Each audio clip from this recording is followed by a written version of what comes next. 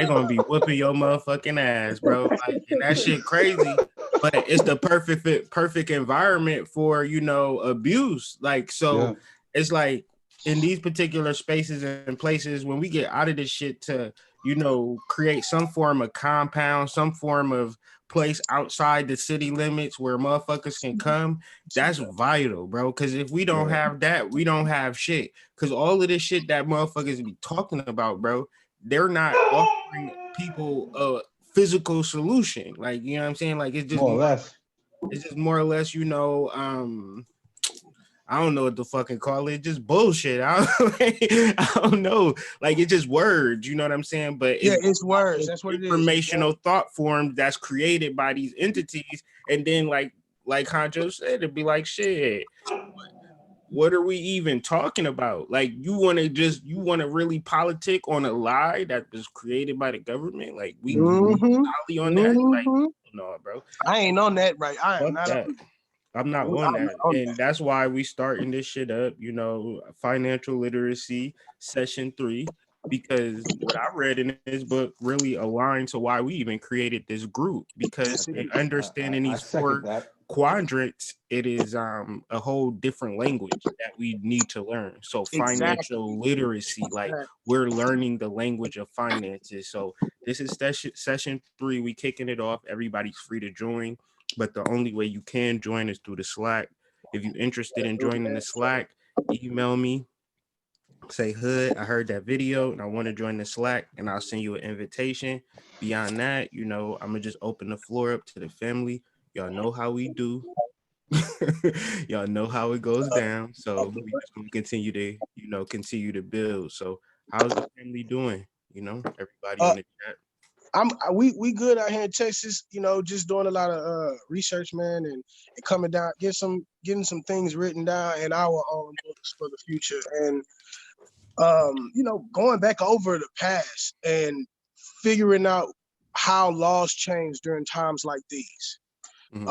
During times like these, laws are always changed, and the government goes from one way of operating to another, and so really trying to figure out where we stand over the next 10 years, and what's the best way for us to pivot into this conversion. Found out yesterday as well that one of the countries in Europe decided no more cash, so that's a signal to let us know, okay, we are definitely going to a digital currency, and the central banks are backed by one. Which one is it? So really getting into the depths of what's going on in the world, just so I could have a full understanding to be able to share with the team, and maybe we can pivot together, whether that be getting together privately and moving funds and having conversations behind closed doors about what's the best way to, where is the best place to put our currency and put our energy, so that on this other side of things, not fuck being a millionaire, fuck having riches at this point. Like, it's about wealth. And in that book, wealth is measured by time. So wealth is like how much money can you live off of, and how many months can you go without having and sustain your whole life without having to move. That's wealth. And so when we start looking at time and looking at our money, it's just like, okay, I know I got my bills paid for this month, but like, I want to get to the space where I can cut off everything right now, all my efforts towards anything, and for the next 6 months, every bill is paid, gas is paid, food, anything that is needed in order to operate my life and operate the lives that are involved with me, we good for the next however long. That I'm trying to get right now, my wealth may last 2 months. I need like a year, 6 years, 7 years worth of wealth at this point, and all the way to the point to where the timelines surpass me, and they go into my kids and they go into my grandkids' timelines. So really, which also that ties into what he was saying when I started reading. It's not how much you make, it's how much you keep, how much it works for you, and how many generations it gets to last. So that's the vibration, that's the energy frequency, family. Right. And Honcho, I want to tell you something. Last year, you told me, I was talking to you, you told me that I think you said wealth is distributed by the father. You know what I mean? As far as like the aspect of wealth, though, and being able to pass that down to your children. Yes. So you see how the rich dad, poor dad, I mean, the poor dad was able to teach him employee skills. You know what I mean? Like get this pension. But then the rich dad didn't have no type of relationship with his blood, but he gave him skills that translated to his grandchildren. You know what I mean? Correct. So that's what so yeah, once you go ahead and look at that wealth that's just passed down from the father, and it doesn't matter, it doesn't have to be a blood.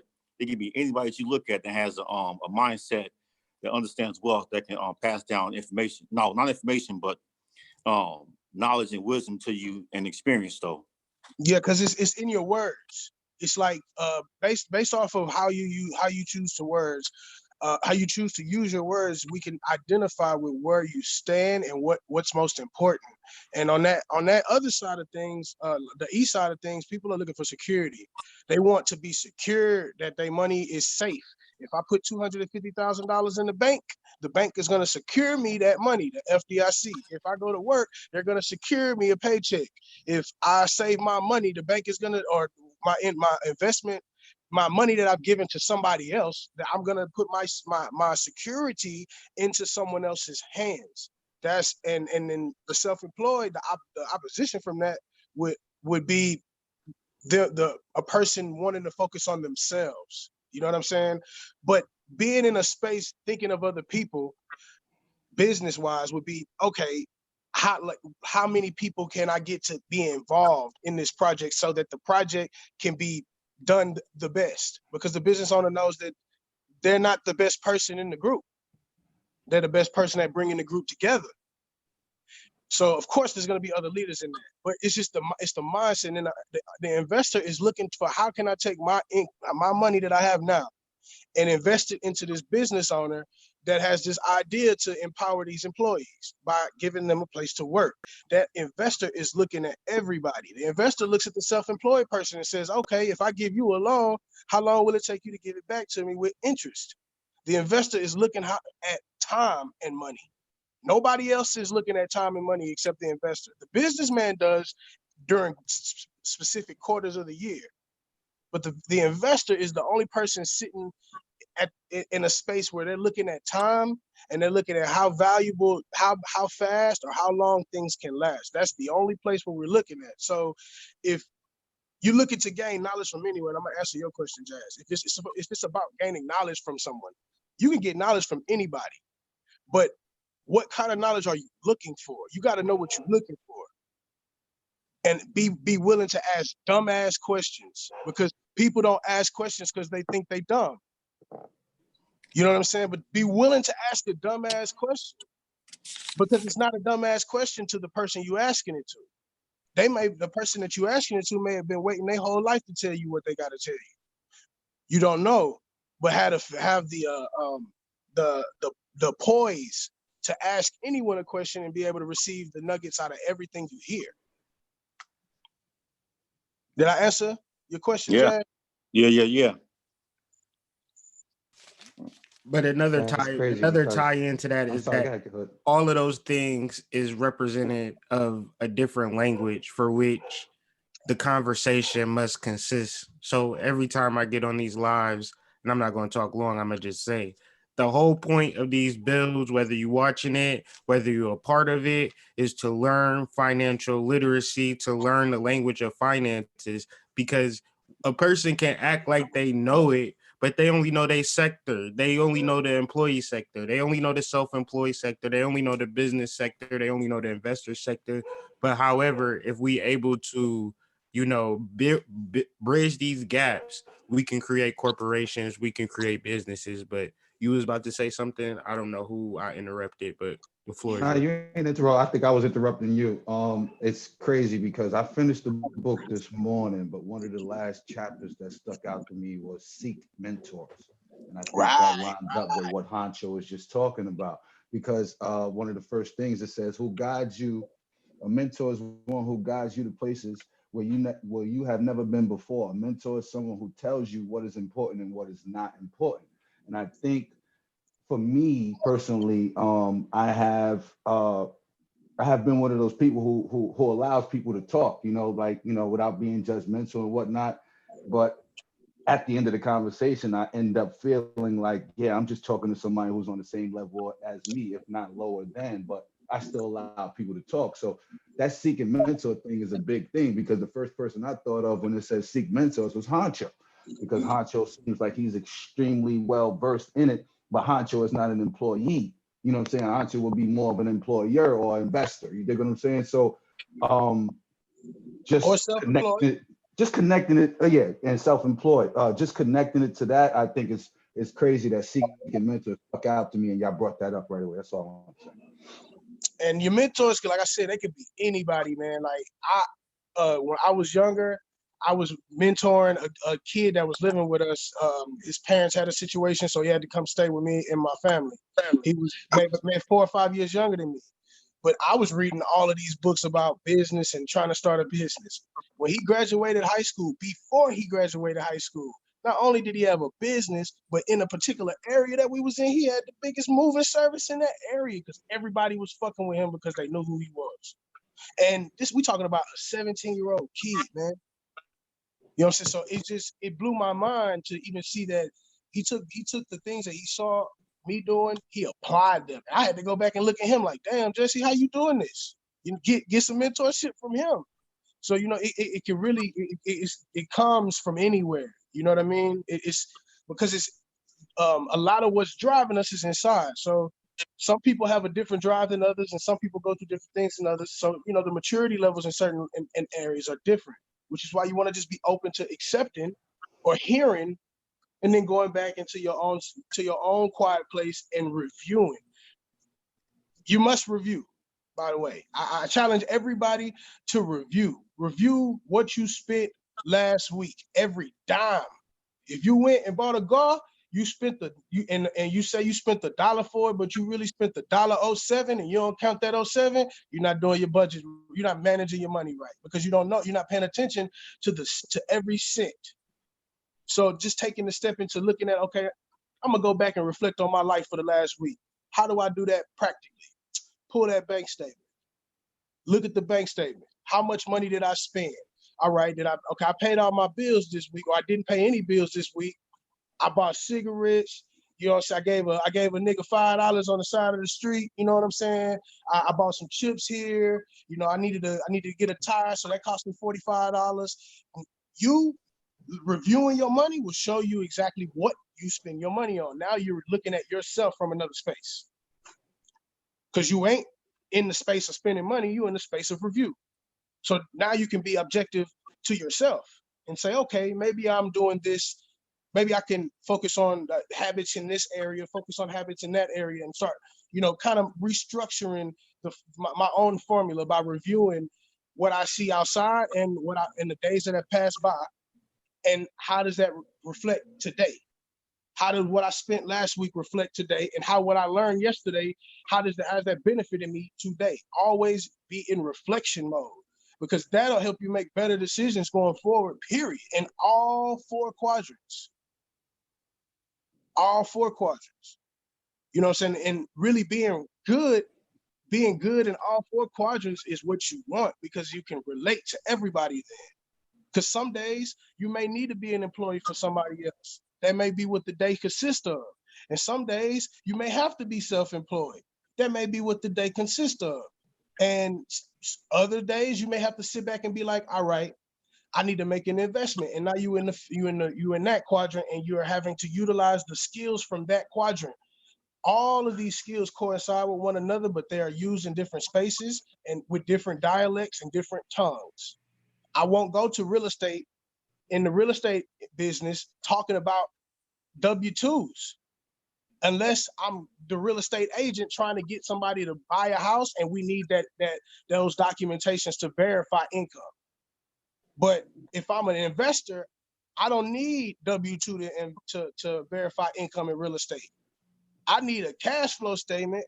I need some asset documentation showing how much value I have to cover whatever mortgage or cover whatever's going. That's a whole nother. We're talking about real estate, but the language is different for the people walking from different quadrants. I could be a business owner in the real estate business, and I have a bunch of real estate agents working for me. They speak one language. I have a bunch of people who answer the phone for my investors that are looking for properties to buy for commercial. That's another section. And then I have and all of the real estate agents are self-employed. They're not employed. So the real estate agents under that particular business is being managed by, so I mean, the business owner is managing the self-employed people. But all of these different quadrants are still being utilized inside of that particular subject that we're talking about. So these languages, the language of business does go inside of the language of real estate, and the language of investments go inside the language of employees. They coincide with one another, but the way in which they're used and how the processes for them to be used is what we all need to learn. You know, I don't want to go into a drug deal, you know what I'm saying, talking about police shit. You know what I'm saying? You know? So, you know, and it's obvious when you come and you sit down with a bunch of real estate investors, but you are you're a person coming from the employee standpoint looking for real estate. You know what I'm saying? Investors that are selling real estate look at people that are buying into real estate for themselves, they look at you different. You're a customer. You're a sale. Whereas the person who's coming to give that money is looking for their home destination. They're looking for security. So the investor who may not have never seen the house, never been to the house, and don't even care about none of that shit, is about to sell you the security to your life, the employee, and has the self-employed person, the real estate agent, making a buck off of you to get you that security. But all of these things are being done just to satisfy the employee who's ill-informed about the whole process. So these languages that everybody is speaking, these attitudes that everybody developed from these languages because they hold on to the position that they hold in their quadrant. People that carry a lot of pride in what they do. You know what I'm saying? They end up being stuck in their particular quadrants. I'm gonna let y'all share. Okay, I got a question for you. So you said that last week you said be ready so you don't have to get ready, right? Right. Well, okay, so you're looking at these next whatever time frame that we in. How do you be ready so you don't have to get ready for what's happening next, what's coming next? So you know, is this a general question or like a this is a financial question to like to see like okay, if you in the employee quadrant, right? Or you still in there, right? So how do you like see what's coming up next and get to the business into the investment quadrant or the self-employed quadrant? Educate. You got to educate. You got to okay. like. I'm gonna tell you the process. Everybody think that not saying everybody. Let me take that back. The process for getting into anything is to inform yourself of what you're about to get into. So okay. It's more so how, like, you're gonna know what to do when you've done enough research on what to do. So you like right now you asking me what you should do. I'm suggesting that you get informed about cryptocurrencies. That's the I quadrant. Get informed about cryptos. Learn about the what cryptocurrencies are. Learn how cryptocurrencies are impacting the world. How they impact the financial markets in our country. Get every bit of information that you can. Sort of like, did you ever play video games when you was a kid? Yeah. Were you good at any? Cheat codes, right? The books, whatever. There you like, okay, you cheat codes. Go get your cheat codes for getting into crypto and make sure that you got them. And then don't tell nobody you got them. Go do the shit. And then go say something after it's done. Because we still want to utilize our spiritual awareness and keeping our mouth closed when we manifest the shit. Okay.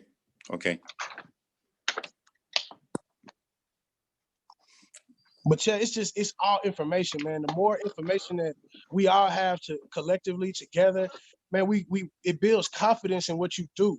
You know, like I used to be a server. I did work before. I was a server. I was the best motherfucking server too.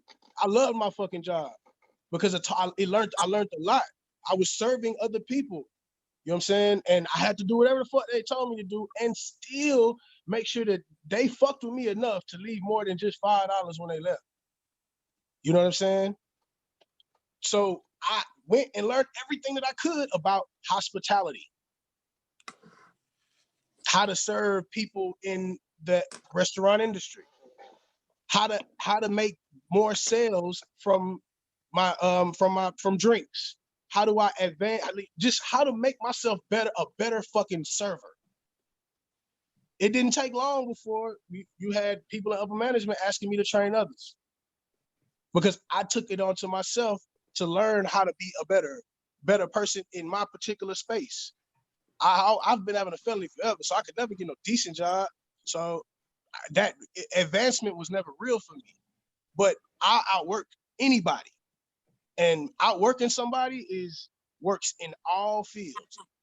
It work in the employee field, it work in the self-employed field, it work in the business owner field, and it work in the employee field. If you can outwork people, you'll be fine, because you'll do the study and you'll go and learn whatever you need to learn to make solid decisions.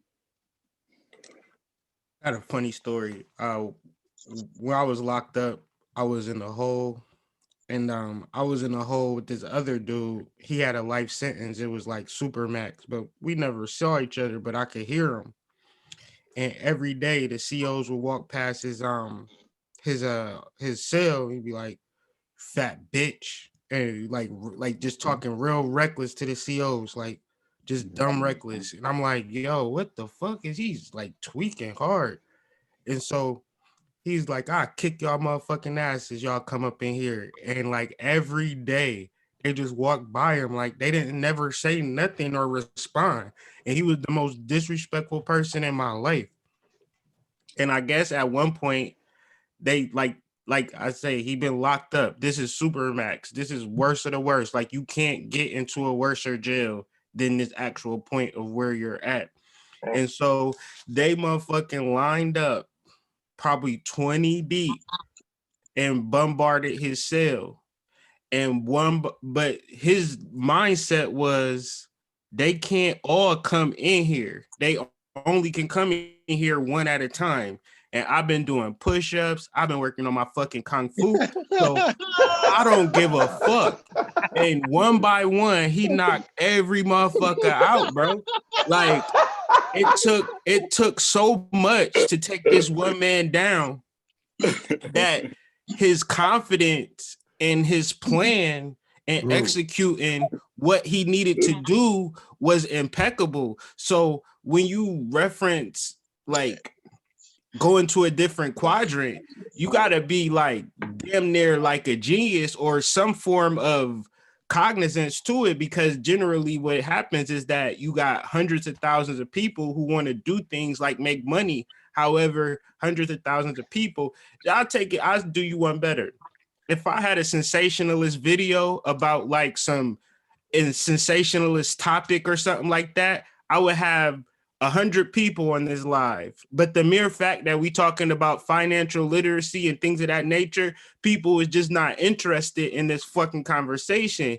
But when it comes to, if I was to say, you know, a magical spell to manifest money guaranteed to work, you know what I'm saying? This bitch would be jam fucking packed. You feel me? Yeah. And that's the point, though. That's the point. What you're saying is the point. Money is emotional. It's ruled by the moon, man. And we spend it. A lot of people on the left side of the quadrant, the logical side of the quadrant of the left brain, I'm just referencing correlation, spend a lot of their time focused on how they can calm the emotions with the money. You know what I'm saying? Is that a trap though? That's a trap in this AR situation. No, because money is a symbol of freedom. It's just your perspective on the concept of it, because you can't be talking about financial literacy and then talk about it as a form of a trap, because the trap is the ignorance. Yes. To the language of money. It's the same way if me and you go to Spain and motherfuckers is talking to you, and by day 10 you're gonna be like, these motherfuckers is evil. Like, I can't stand these motherfuckers. Like, I hate these motherfuckers. These motherfuckers is trapping me. And this motherfucker's telling you in Spanish, like, don't go in there, they'll beat your ass. But you don't understand what the fuck they saying. So at a certain point, your ignorance is the shit that is the boogeyman. So conversations have to relieve yourself of the boogeyman. Your ignorance of the financial literacy of each and every sector is the fucking boogeyman. It's not the white man. It's not the president. It's not the fucking government, because this government can get ran over by China. Guess what? We still got the opportunity to make money and thrive. Indeed. Government in place. Indeed. And that's what I think makes money emotional for a lot of us. You know, a lot of us still hold on to those preconceived notions of the shit that we were raised and indoctrinated on, that we actually think that shit is right and exact. And then when you go through your whole life dispelling all of these freaking notions, it's just like, wow, I just wasted like decades just really confounding this rule and thinking that this rule was actually the thing, you know, like this fake financial literacy of just save for the day that will never come, you know, like we have people no time is wasted. Insurance their whole life and never get in an accident. So where's that money? You know what I'm saying? It's like that money is gone. You're paying for an assumption of what might happen, what may happen that may never happen. Like, you know, you remember that saying, if was a fifth? You know, like most of us are spending money on if was a fifth shit. You know what I'm saying? It's like, so like you said, we're having a conversation about financial literacy, and the majority of people don't want nothing to do with it because it puts you on the line. It puts you on the button. It means you have to be the one to do the work. Yep. You right. That's good. That's really good. That's really good, bro. I want to tell y'all something too, man. None of the time that y'all have spent in these fucked up systems was wasted. Y'all have gained plenty of skills, plenty of knowledge that you haven't reviewed yet. Review everything that you learned, because even the bullshit that they sent you down, you gain skills from that bullshit that can be applied elsewhere. When people fill Let me interrupt you real quick. I'll let you speak. You got it. Even from the employee specter, what you were saying yesterday about your employee manual being the blueprint for you being an employee or putting that shit down. If you don't know how to do it, nigga, you was an employee before and you had the goddamn manual. A lot of y'all got manuals in your goddamn dresser right now for which you could utilize to empower your damn self. So I just wanted to add on to that point because you mentioned that. Yeah, I was gonna bring. That's what I was going to. Like when you fill out a resume and you put down all your skills and experience, every skill that you ever learned and every experience that you ever had is yours. My nigga, I've never in my life ran no motherfucking landscaping company ever, but I've mowed some fucking lawns. You know what I'm saying? So if I apply accounts receivables, because I know accounts receivables is when I get a paycheck, that's accounts receivables. If I apply my accounts receivables understanding, I got paid for mowing them lawns. And when I got paid, I had to buy equipment like new lawnmowers. Now I'm changing just my mama and my daddy telling me to go outside and mow the lawn. I'm turning that experience into a whole business worth of experience. And now, if I, depending on how many times I mow the lawn, I could be a master landscaping. I could create a master landscaping company based off of that experience. But it's all about how you looking at what you're doing. Are you paying attention at it like, okay, these are my experiences that I get to hold as power, as you know what I'm saying, that I could stand on. You know, like y'all, anybody went to jail, it's a bunch of jail shit that you get to learn that don't nobody else have.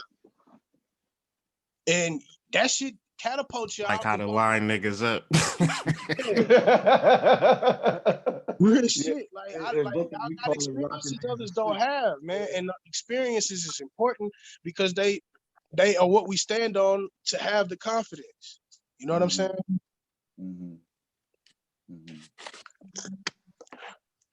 Yeah, that's powerful. That's powerful. Each quadrant is a different country, but you know, these conversations are our passport, you know. So in knowing all of this information, because the problem is for a lot of us, we stuck in a particular quadrant and we do not think that we're able to access the B or the I. So I'm gonna open the floor up to Honcho. Just shout out to you, Jabri. You just here listening and things like that.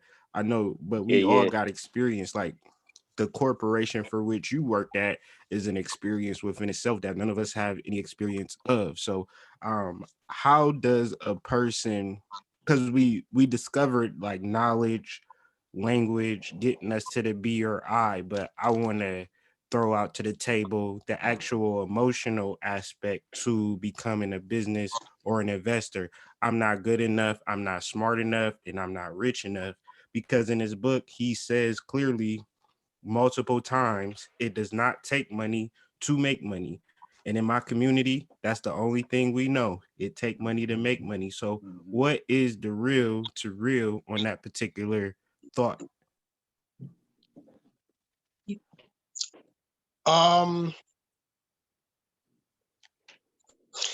The concept of it doesn't take money to make money is like the concept of you missed the forest for the trees concept.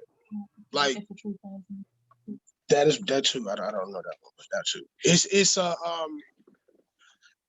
It does take money to increase more money, yes, but it doesn't take money to make money. No, that it take information and it take conversation to make money. Information and conversation. So it's the information part. If I'm informed, then there are certain things that I could do to avoid having to spend $1 in order to accumulate another $1.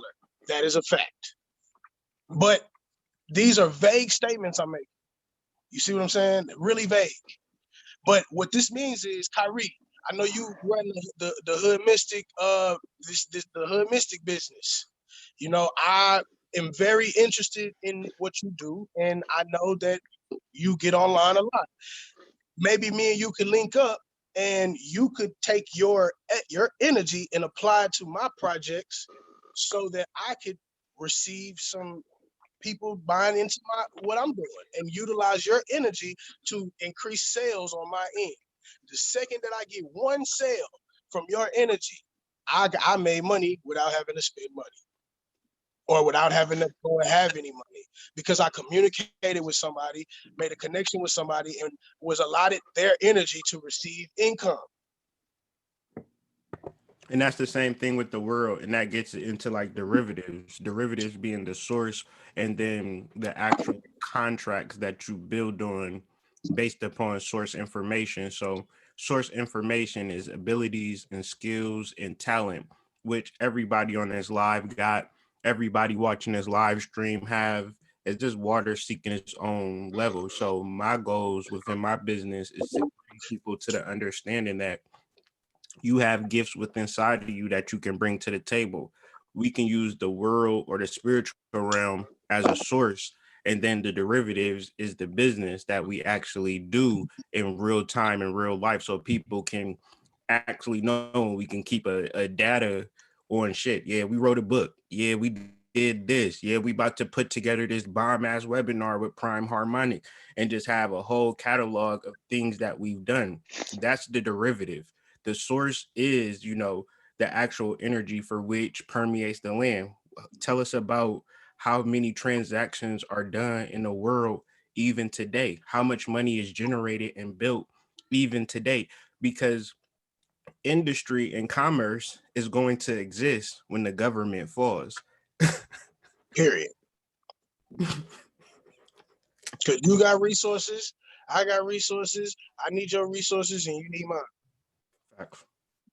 Hey, you know what? From the book though, this is what he said though. He said that I don't know when the book was written, but you said it was 1998. Yeah, 98. So you was like 16. Dude said that the beginning of businesses is the end of big government. So that was like what? Shit, 22 years ago, whatever, 24 years ago. Right. And so I mean, I just thought that was like, I wrote that shit down. You know what I mean? Man. Yeah, man. He predicted a lot of stuff when I was in my I was 6. I was 8 when that book came out. I read it when I was 16, 17. Okay. And then we had the market crash of 2007 and 2008, and I seen my parents lose shit. So I'm reading the shit that was written like 10 years before I read it, and I'm watching the prediction happen with my parents. So it gave me a real life experience to pay attention to. And that's my experience that allowed me the fire to go ahead and just do whatever I needed to do to learn this. But if we pay attention to what's going on around us with others, you can see how the times affect everybody in the financial markets. They affect us all. Yeah. I was wondering, Honcho, if you could speak to the concept of risk versus risky. Risk versus, say that again. Risk versus risky. That would be chapter 13. Yeah, what is risk? Risk risky. is I had that circled on my notes, like, what the hell is risk? Because I was like, I understand it though. I think I got a grasp, but go ahead, Hancho. Let's give it a real life example. All right, Kyrie, I'm gonna say this. Okay, you got it. Let's say I'm a bank. I got some money that I can give, and it says $100 million. I'm only willing to risk 3% of my account. My risk that I'm willing to spend or lose, because this is wealth, and it's all about what I'm gaining and what I'm losing on the wealth side. Okay. My risk is $3 million. It would be risky for me to give anybody anything that would cause me to lose more than $3 million. Because my risk is I'm only willing to risk $3 million, 3% of my account. A risk is what you're willing to lose. What you can do without? Is that what you mean? There you go. There you go. So if you're an investor, it's always about I have to lose something to gain something. I have to give my money in an attempt to gain more money back over the long term. If I risk more than I'm willing to lose, then now I have been risky. Okay. Which would tie into the actual fact of money, emotional ties to money, keeping people in employee specter, where people don't even want to spend their money, lose their money. They only think about income, but the whole object of the investor is to actually like go for broke every time they get something. And we actually are raised to save and hoard onto our money and finances. And then when we do spend, it's like no return. So the idea is to invest and get a return, but the first part of investing is letting go. So the first part of investing is having a positive emotional relationship with your money. Facts. Okay. Facts. And that's all in-house things like character and integrity and being and discipline.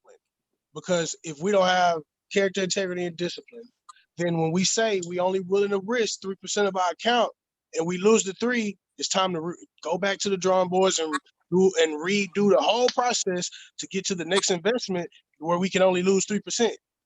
Because if we actually, let's say you got 100 million and you lose the 3, now you got 97 million. That's okay, but you still only willing to lose 3% of your account. So now that 3 million, the next 3% of your account is not 3 million, it's something else. You know what I'm saying? The number went down. So the next investment that you can make is 3% of your account still, because that was you being disciplined to your plan, you having self-control and saying, this is my system. I'm gonna have character and I'm not gonna break my system. I'm not gonna let the emotions cause me to be risky because somebody got this grand investment that they want me to invest in and they know I got the money. Nah, I'm gonna stick to my principle. 3% of my account, do all my research before I jump into the next business. And when I do, I execute with every bit of information that I can, to the point to where I want to know everything about that I can know about every investment that I make, because there's no such thing as making a blind investment. That's stupid. You know, giving your money to people to manage is stupid.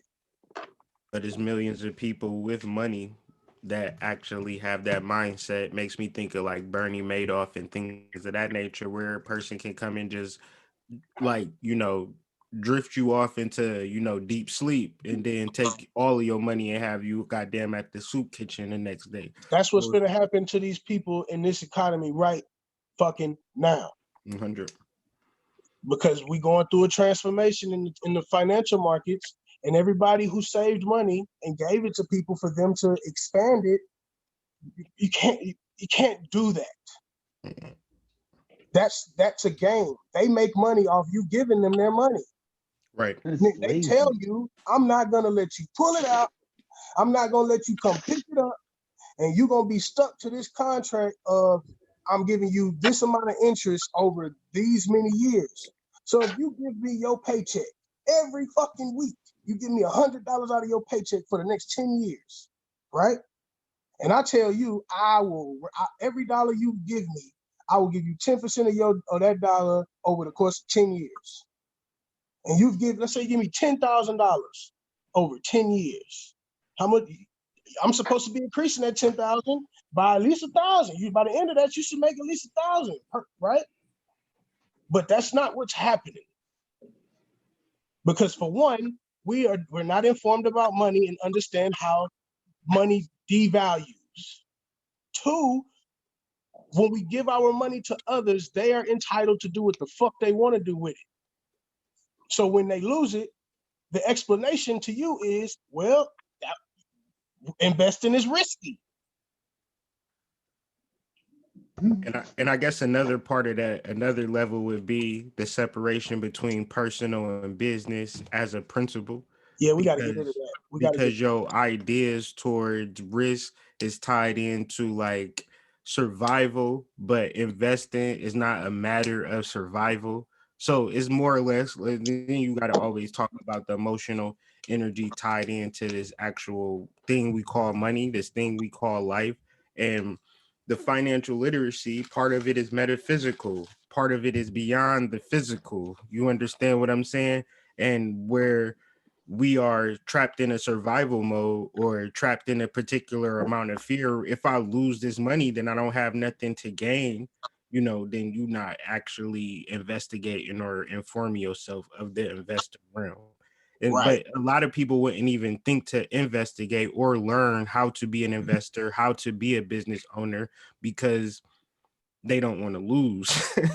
But the idea is that you losing just staying stuck in the employee sector when there's nothing holding you from the business. There's nothing holding you from investing. There's nothing holding you from owning your own business and all of these particular things. So, abundance within itself is how you going to feel about what you already have and what you're able to do with it. Because if you fear that you're going to lose it, then you're going to actually be a slave. Then you can kind of understand how a person like an NBA player is like a low-key slave, because he can't never just be like, you know what, I'm about to just go to Japan middle of the season. Nah, nigga, you about to hop on this bus and go to this goddamn court and shoot these hoops, nigga. You ain't doing nothing. You know what I'm saying? So it's like what we're talking about, we could actually do whatever the fuck we want to do when we want to do it, how we want to do it without nobody's oversight. So we can do that. Right. We most definitely can do that. It requires us to convert from the corporate, from the slave side of things to the corporate ownership side of things. 100. Understand this. Anytime you hear corporation and shareholder, stockholder, that's slaveholder. Yeah. Your mic went out, bro. Can you hear me now? I can hear you, but you was super crispy before. Prime, what up? I see you. Prime Harmonics. Peace, fam. Peace. I'm just really like listening. I read through. I think I got through most of chapter 3 already, and I'm really digging this, man, because I lived most of my life really in that E category, and a little bit of the S category. Like me and my brother tried to. We did a lot, man. We printed like T-shirts.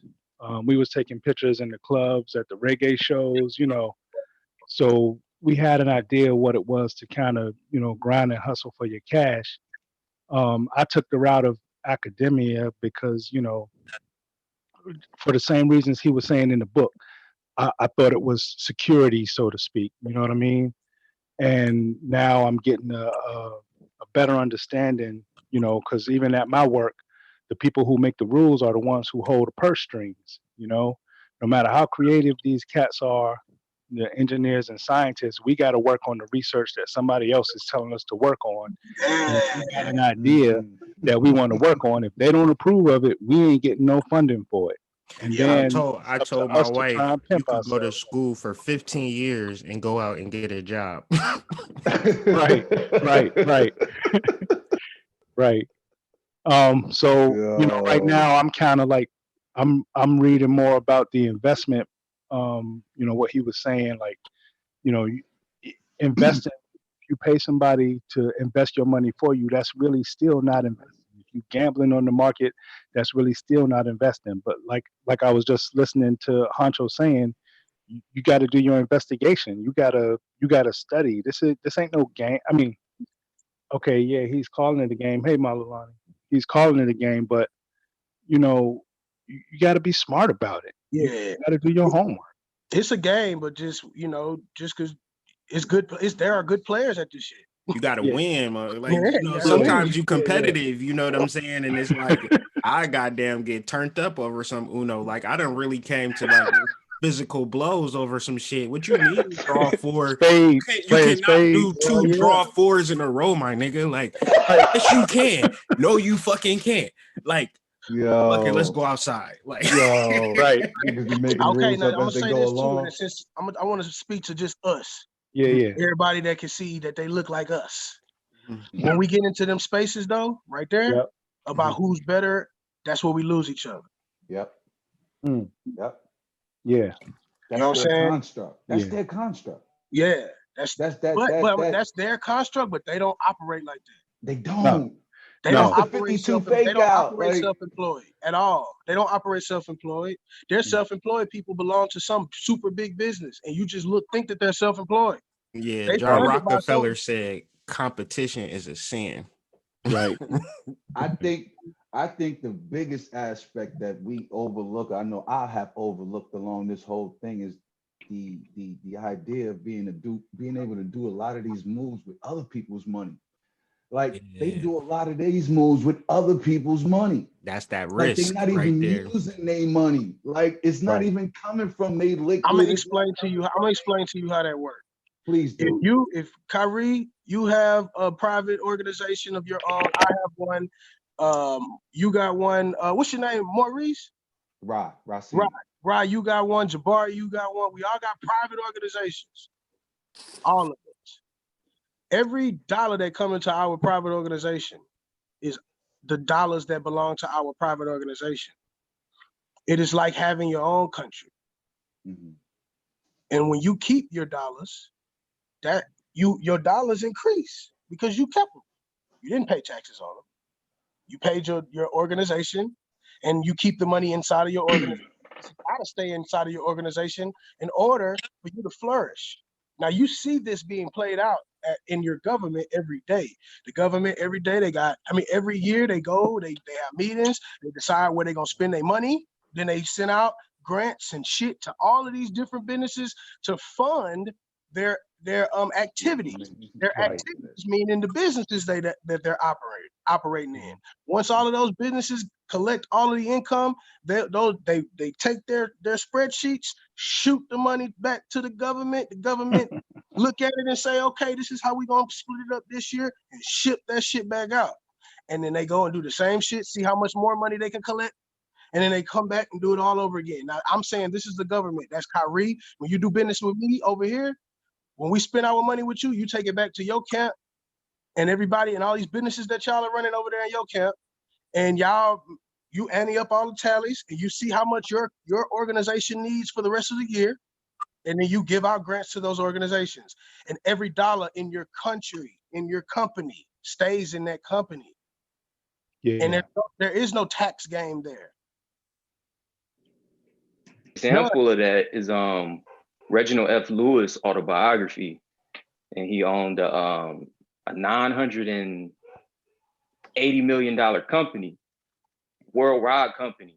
Right. And it was in the food industry, and he had companies in Japan, Italy, all over Europe, Australia. And he literally didn't spend a dime of his money. He just understood finances. That's how it goes. And he was making like $100,000 a year, but he had $1 billion company. He was making. Understood how to network and things like that. Listen to the words. He was making, meaning the company paid him $100,000 a year to operate the company. Who owned the company? Him and his family. Who run the company? Him and his family. Who benefits from the company? Him and his family. How much do he get paid though? 100,000. Don't make sense. It makes all the sense. He created his own world. Right. Some CEOs get paid $1 a year, and I'll do you one better.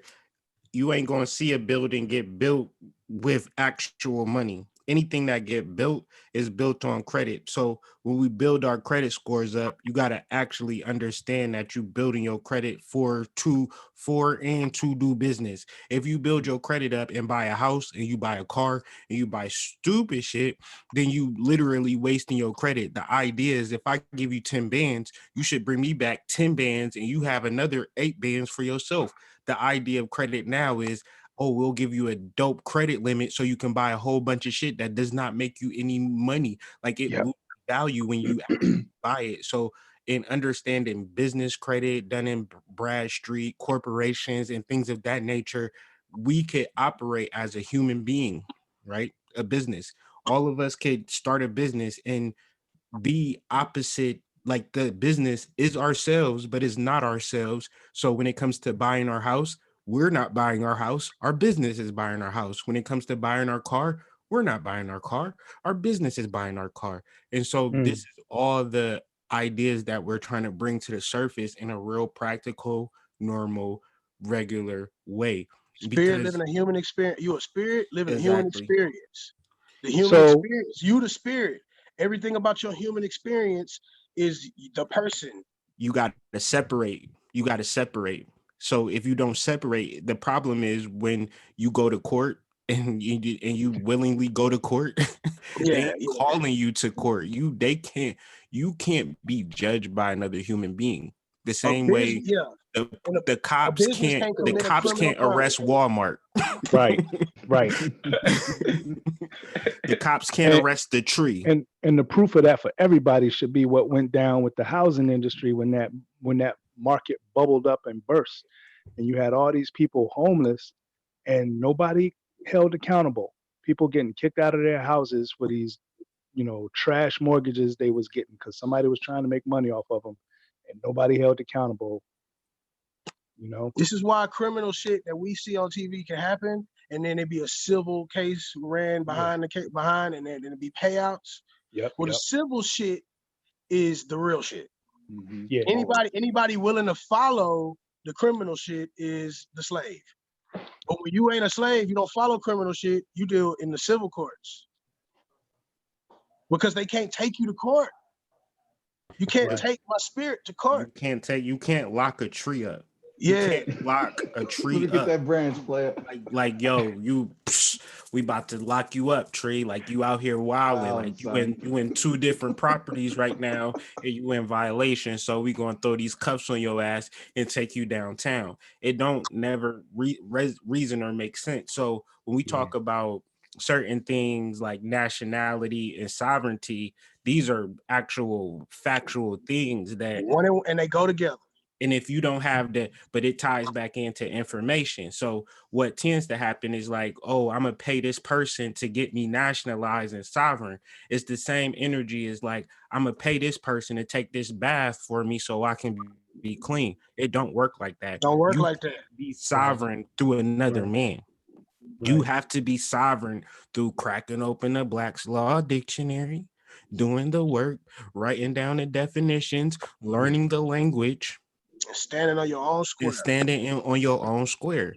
And then having a whole CC. If we stand on our square together and do business, then we effectively have done more than the whole entire Moorish movement. No disrespect. That's fact. Now that shit is fact. That's fact. And I'm with you on that shit. You done got me excited talking like that, nigga. Real shit. Shit. If we stand, and I'm not knocking them. I'm not knocking nobody. These guys are leading the way as far as us getting the information. I'm honored. If it wasn't for Taj Tariq Bey, I wouldn't be here. However, real shit. The the ways to which we could utilize the information are much varied and much more broken down into business than it is to joining a group who I don't know their intentions of. When we join a Yes. business, Yes. everything that we got in alignment is full open disclosure. If Yeah. we talking about having secrets and shit and having layers and hierarchies and shit, then you're not going to trust me and Right. we're not going to be able to grow. If we do business together, then everything is everything. Everything is just open. Like if we make a 2 pennies, we all going to know, hey, 2 pennies just came Yep. into the bank. Yep. I got the draft on my, you know what I'm saying? Like the accountant, we can all have personal relationships with the accountant. What was the finances this month? Man, we start an accounting company together. Everything we need, we start a Everything is business. together. This is the how they build wealth. Every fucking thing that is needed becomes absorbed by the business. Right. So if we need an accountant, we start an accounting business. If we need security, we start a security business. Right. If we need food, we start a food business. Whatever fucking we need, we fucking start it. That's nationality and that's sovereignty. That's business. That's practicality. That's marketing. That's branding. Because we got to brand ourselves as a unit, as a collective front. Otherwise, we be in a particular situation where we constantly ruled over because we don't know our power. Now look at how many people is involved in every time we run into a situation, we solve our own problem. That means more hires, more people getting skilled, more jobs, more self-sustainability, more income inside of the business, because those businesses that we start inside have to service other businesses. Everybody is not going to sign up for you. Everybody don't sign up. And who are you doing business with? The citizens of America and the citizens of these other countries. And when they pay you, that's how you keep your money. So you are providing a service to humanity. But when you create the services and you keep them inside of your organizations, those particular services become services that you have to benefit from, but also services that you have to give to others. Yeah. Yeah, that's what you mentioned earlier though, Hunter, about being able to create a business and then take that business and use it for the greater good of your own cause though. You know what I mean? Like so it is the literary of creating your own world. Right. That's amazing though. You know what I mean? Like Prime got his breathing camp that he can start. You got your astrology camp that you can start.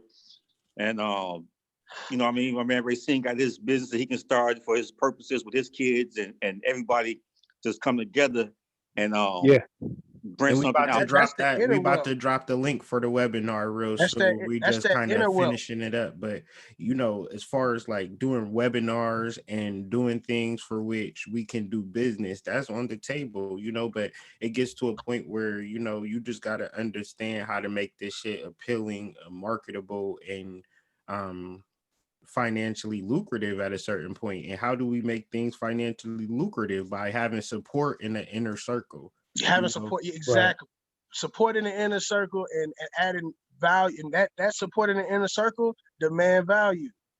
Nipsey Hussle put out an album that cost $100. How many he sold? He sold 1,000. So like every dime was his. He sold like 1,500. All that was his. Okay, so 1,500 times 100. Do the math. Yeah, that's all his. Every dime though belonged to Nipsey Hussle. He put the value on that. People was like, "What the fuck are you doing?" Why? All the slave minding people was like, "Man, he out his mind." Nope. And he got the market to pay for it. Is going to come in. I'm gonna tell you something that I need, and I gotta do my research. I believe Nipsey Hussle had his companies and everything set up the way that I'm encouraging you guys to do as well. And if you do this, then you get to keep company set up a little faulty. He had never owned nothing, and his business manager owned all of his shit. Like that. Once it all happened, you know, he ain't get nothing.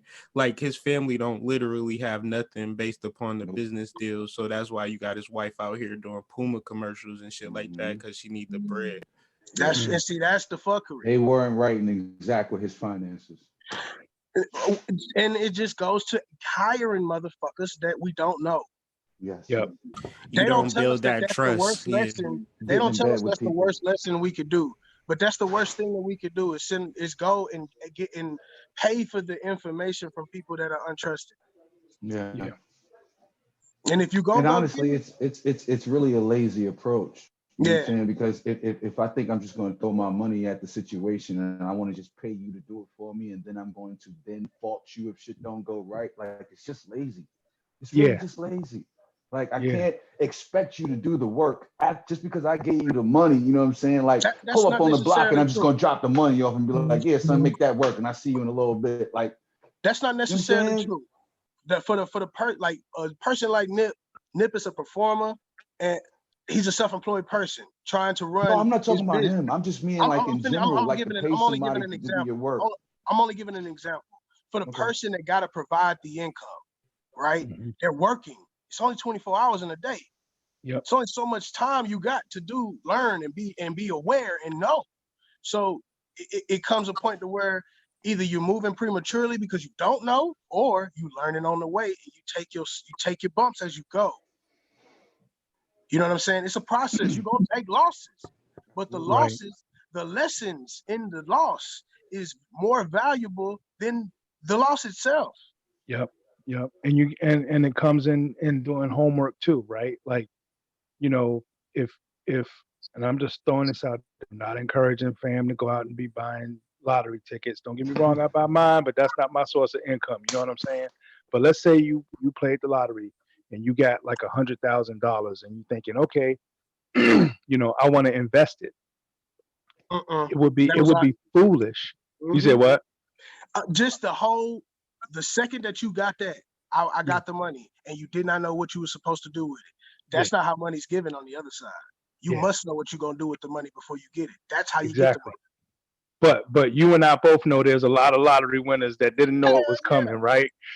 So I'm Good just example. using this example based on what Racine was saying, right? So all of a sudden you blessed and you ain't got to worry about, whether you can pay your bills and you have enough to invest, right?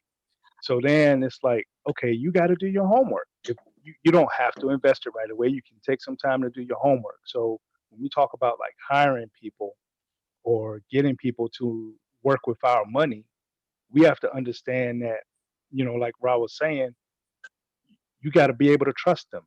But the only way you're going to have any kind of inkling of being able to trust them is if you do your homework. Now, that's if you're not doing it yourself. Like, I learned so much from listening to you, Honcho. I know I'm about to get into crypto and some other things to try and expand, my ways of bringing uh, financial well-being into my life. But, Yeah, man, because you I know, really want to help all y'all out, man. I really like to see all y'all be millionaires, just so I can say, yeah, I fucking made a bunch of millionaires. I don't want the money. I want the exactly. I But want like the me and You my want to be wife the say, kingmaker. trust but verify, right? I trust you, but I'm gonna verify. I, yeah. I, I heard everything you said, and then I said, okay, now let me go do my homework, right? And I So love I that shit started because looking up I can't wait cryptocurrency, till people go check my work because I done the work. I can't wait till right? you go see, oh, this nigga know what he Right. talking about. That's right. So Rod, that's the only caveat I would say with what you said. Like, yes, it's lazy, but it's only lazy if you don't put the work in to find out the safe practices or the And safe that's the people only to point I was invest with. trying to make. Like I wasn't pointing Yeah, towards yeah. Nipsey being lazy. Like I was just saying, Oh like yeah. Nah, you can't we're just not you we're not can't just accusing that. expect to spin the bread and expect the bread to work for you without doing any other kind of homework on your own. That's all I'm Facts. saying. Right, right. Yeah. Man, I'm We're I'm not so accusing. old, man. I don't even know who the hell Nipsey is. Like, no, I'm just messing with you. I know who Nipsey is, but But tell brothers that we all I ain't have worried about support. Nipsey. Like this way we talking, even with the ladies, like anybody on here, it's like support is not taught amongst our community because Yeah, of COINTELPRO. So we exactly. took a very, very, very tough loss with that shit, and just learning how to support one another and being on some conflict resolution at all times within group. Yes, that's how COINTELPRO got us. That's how they got us. That's how they ended up infiltrating all these organizations because they used people's petty differences to turn one against the other. Yeah, And the problem with that was that you had people in these organizations that were not thinking elevated. So like one of the first things we got to do is what this whole platform, dude. the Just hood mystic get yourself umbrella. right in here. Right. Get your Because the head, ones get that your laughing heart. have their shit right in here. Exactly. So once you get that right, once you know you working with soldiers like that, somebody try and infiltrate with that BS. Bust their ass up. Right. You gotta know that your Bust their ancestors ass up. is 10 miles away, so it ain't really nothing that you even gotta worry about. Just You gonna Right. see it on them. Thanks. Right. like that. Like, you know, anybody can call and come with the nonsense, but everybody come with the peace and the love. Yeah. Shit. And we in a time now, man, where you can feel a man's heart when you walk up on him. So you know if a person bullshitting you. Y'all know astrology now. Y'all know spirituality. Y'all understand these things. You know how to test a person and see whether or not it's the right season for you to deal with them and check their character. All of these things you know about that, you got to apply here too. Right. Because if somebody's character is fucked up and you see it in the beginning, man, you gotta stand on your principle and say, I can't do it. Right.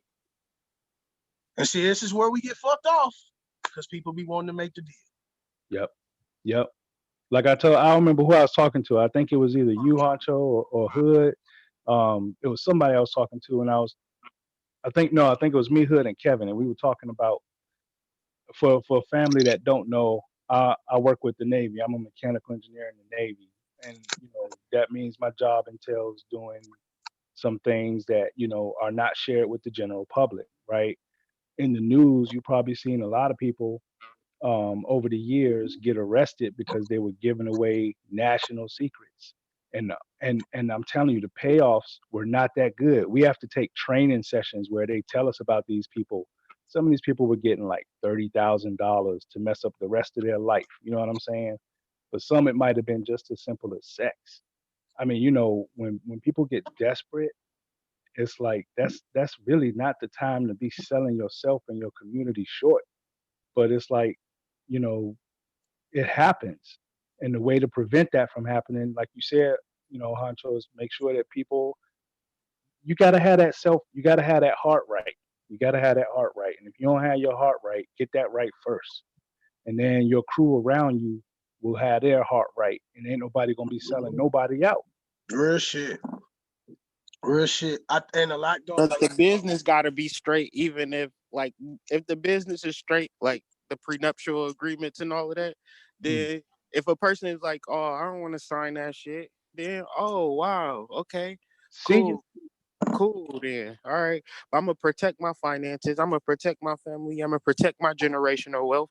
So the whole idea is to be sound in business, to be literate in business, to be literate in law, to be literate in all of these particular things. So which when you get a particular agreement between the family, we operate within bylaws. We don't operate within contracts because I'm not a con, you're not a con, and I'm not trying to keep track of you. Right. Like, what the fuck? Like, What he's saying is real, man. What he's saying, like we're really out here prematurely. We into the world I'm a little bit younger than my first Saturn. My first Saturn return, but it really do require 20 something, 30 something years of attained information that you've applied to go out and practice in this world. It's set up for you to hit many pitfalls because there's no way you could have learned all that shit.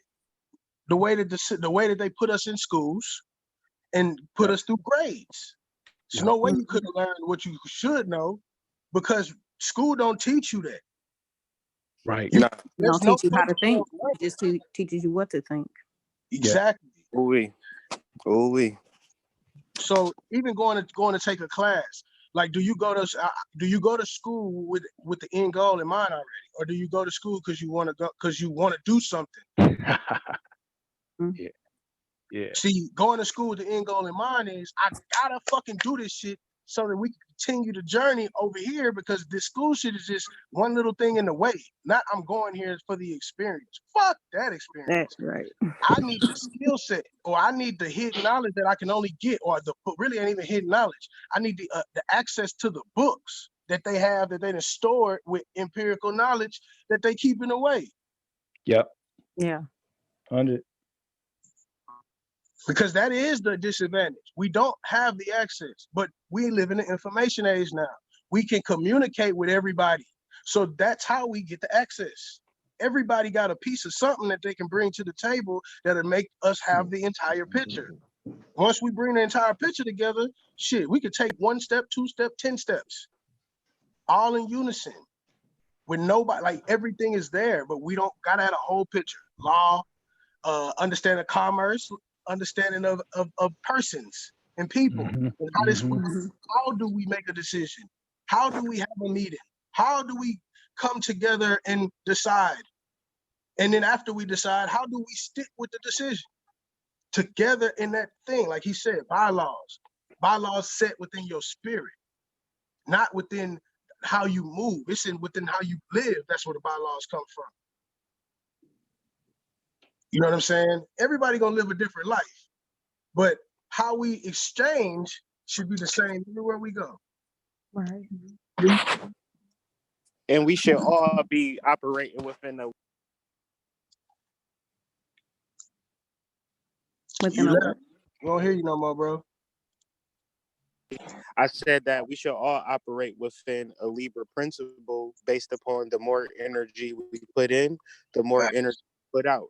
The more that we learn, the more that we bring to the group. Within these conversations, we're actually studying literature and bringing these conversations to the collective so we can all elevate and we can all build.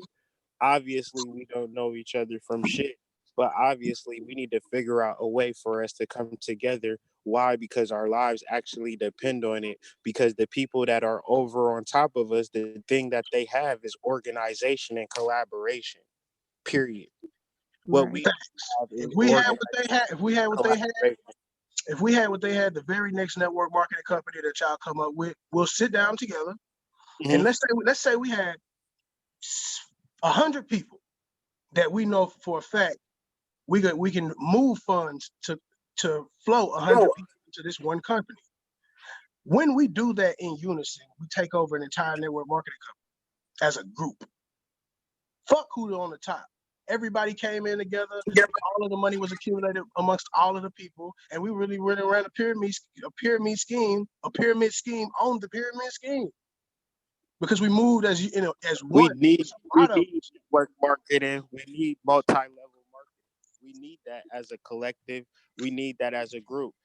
Because within the book, he was referencing a billionaire who, I talked about this last week, a billionaire who, instead of having people join his actual $1 billion business, he created network marketing opportunities for his friends and family for them to kind of take part in the wealth. Because the idea is, a lot of people don't really understand how I manage to make money.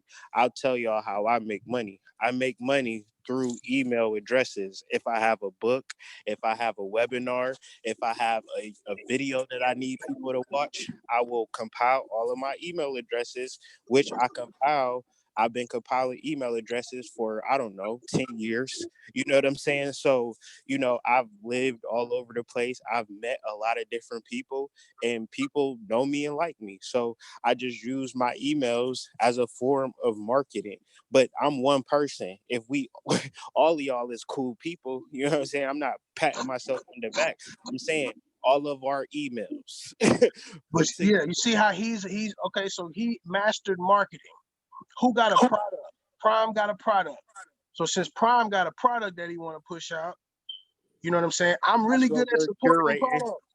That's what we're curating and cultivating. We just need more additional help in curating and cultivating and bringing it to the market so we all can eat. We've already crunched the numbers on webinars. We've done the math. If we can create the large enough platform and a large enough following, and we create followings by supporting one another. The harder that I support you, Prime came up, the more somebody else is gonna support you. I'm not even a matter of working together.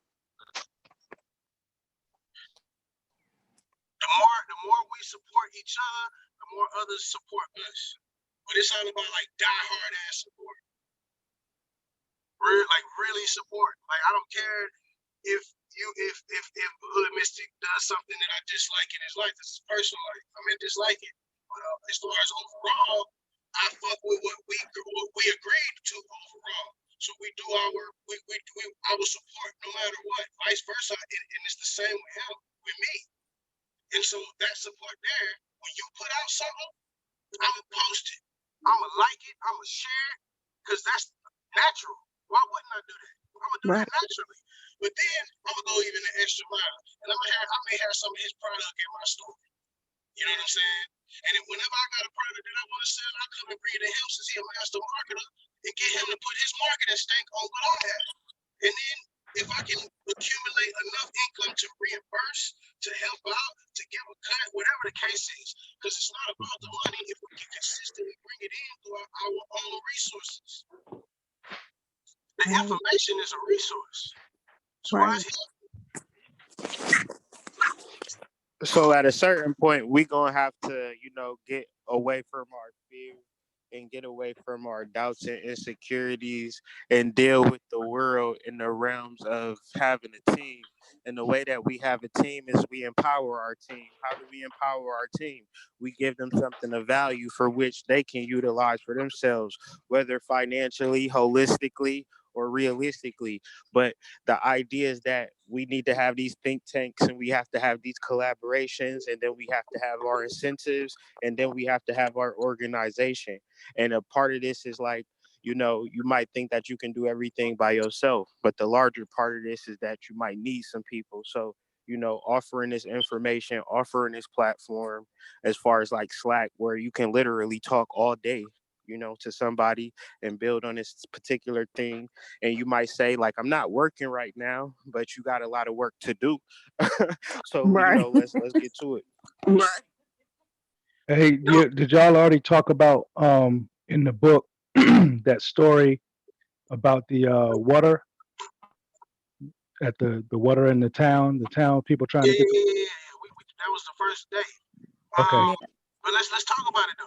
What you want to talk bring it back up. Because that's what this sounds like right now, right?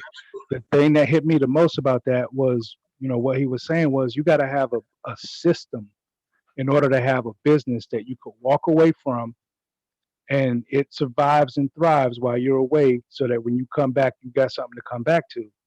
And, what y'all are all saying is these to me sound like the roots of that system. Yes. Because That's each and every one of us that sign up in a business together at this point that creates something, that business should be, when it lasts, it should last not just for us, but for the ones that we are raising in our own homes. Yep. A legacy, like he said, a legacy, something you can hand down to your kids. Right. It's not how much money you make, it's how much money you keep, how much it works for you, and how much generations that it stays. So the idea is to create a platform for which we can all benefit from, even if we're not benefiting from. So the idea is like a mound scheme. They got the scheme, but we're going to create a mound scheme where the top is flat. You feel what I'm saying? Where we can all get on top of that bitch. You know what I'm saying? We can all be equal and we can all rise together. You feel me? We just gonna do shit a little differently. You feel me? Put it in literature. Yep. All the different shit that we do, put it down. Put it in literature. Yep. Make it principle. Make it fact. Because even on the Slack, man, we got from what I'm seeing when I just peep the general chat. A lot of times I'm on there late at night, but I read back through the messages, and it's like so many different people that can do so many different things. Dude, it's a think tank. I don't care how you want to slice it, call it whatever. We might not be organized into a business model yet or a system, but with all of the resources, with all of the people on there, I feel like if anybody threw a problem on the board, somebody in there can answer it. Somebody else in there can research it. It's like we I don't know what else to say, man. I'm trying not to. I'd rather be about it than talk about it. You know what I'm saying? It's session 3 out of 10,000. Yeah, and what you're talking about is just us. Is what you said is what we're doing now. First, we gotta get we gotta come together and begin to come to an agreement on building On a our whole. character, building our insides up, making sure that we can be focused humans. You know what I'm saying? Like just joining the slack and staying consistent is making you a focused human. Right. You know, and then from the focus comes ideas. Yep. And the ideas come plans and solutions, and then we set up plans of execution, and we go and execute the plan. Yep. And we review and decide where we're going from there. But you're absolutely right. Everybody has skills, but we got like, do we all have the ability to stick to this shit? Yeah. Right. Do we have I think self-discipline? I think Hood Missing had a book. I mean, character, these things, you know, these inside characteristic traits that matter more than money, matter more than real estate, that matter more than all that shit. Right. Did you build your inside up? Because nobody can take that shit once you have them skills. They can't take your integrity. They can't take your character. They can't take the things that we're building inside, and that's where that skill is. Yeah. That's the value.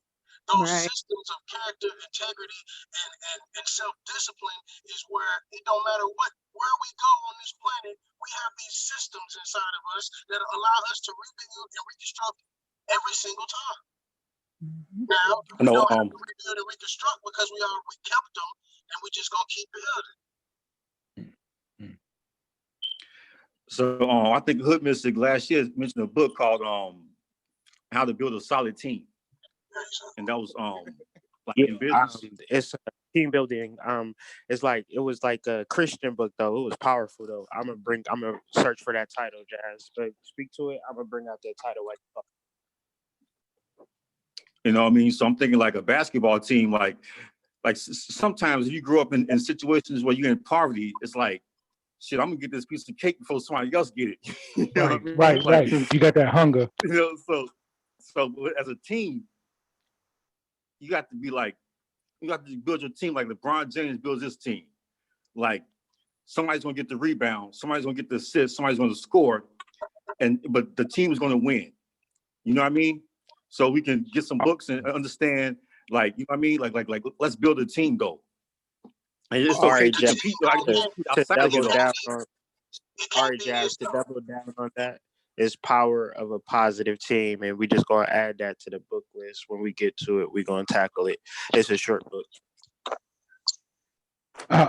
But for people that don't have Zoom, though, what Hancho just said, he said it can't be this though. He was rubbing his fingers together, meaning the end goal can't be about money. It ain't about money. Money will come. That's fine. When you doing what Spirit has you doing, man. It'll come. It's the connections, man. It's the connections. Definitely, it's always about the connection. Okay, if it's about connection, then we got to keep our towers operating fully all the time, so we can always remain in connect. Because the second that we're not connected, everybody feel it. Yeah. Word. And this talk we're having right now about the unseen world is how we all got here. What we got here from this. So let's understand that our ability to see what can't be seen is the value. Wow. Heavy. Right. We had said this earlier. When we were referencing derivatives. Me and Hancho had like a one-on-one conversation. It was like a real quick conversation where I was saying that the spiritual, or whatever you call the soul realm or the cosmic realm, that for which is our source, everything for which we do is a derivative of that. So that's why this channel, not me, but the energy for which I reference, that we can all, do our own self diligence and understand for our own selves, is the actual pool from which we are pulling from when we do business, which gives us a different level of dominion, a different level of success. But we have to execute these things. What's the deal? I'm gonna give you the real deal, because I gotta actually end this live, but I'm a endings, or give their final words. But the deal is that after 400 years, the energies take different turns of who to support, and the collectives are the ones for which they get behind, i.e., Rockefeller, Bill Gates, Microsoft, iPhone, General Motors, Henry Ford. You know, this is particular energies and power that, you know, the sources are behind. However, the sources have redrawn and now they're taking up different lots. Okay. So the purpose of these conversations and the builds of these conversations is for whether we do this within this group or other groups who are listening to these builds begin to utilize these processes so spiritually they can pick up on this energy. What is a realistic version of this? Well, they're giving $10 billion away to small businesses. They're also taking a $2 trillion loan out to give to individuals and families. That's just a indication of the energy for which at a spiritual level the same thing is happening, family. Okay. As above, so below. I Right. I say. Like, for real. So I just, you know, everybody can give their little closing. I just got something to do at 2 and I just want to prepare for it. Right on, right on. If you want to take us off the live, you can. We can Do y'all chop want up. to continue to talk and then like I want to answer anybody questions before we get off, but I want to okay. actually answer them without being publicly. Oh, okay. So so I'm Yeah, gonna we got. end this We'll start stream on something else in a YouTube. second. Listen, I'm gonna start end this stream on YouTube, family. If you want to continue this chat, you can utilize the links in the description to continue it on the Zoom, but the Zoom will still go on, family. But the live stream on YouTube is going to effectively end because I'm gonna prepare for some other things. But let's continue to chop it up, family. We might be talking for a minute, so you know, let's get it in. So everybody jump onto the Slack, jump onto the Zoom ASAP so we can continue to build on this financial because we on fire right now, family. Peace to y'all. Peace.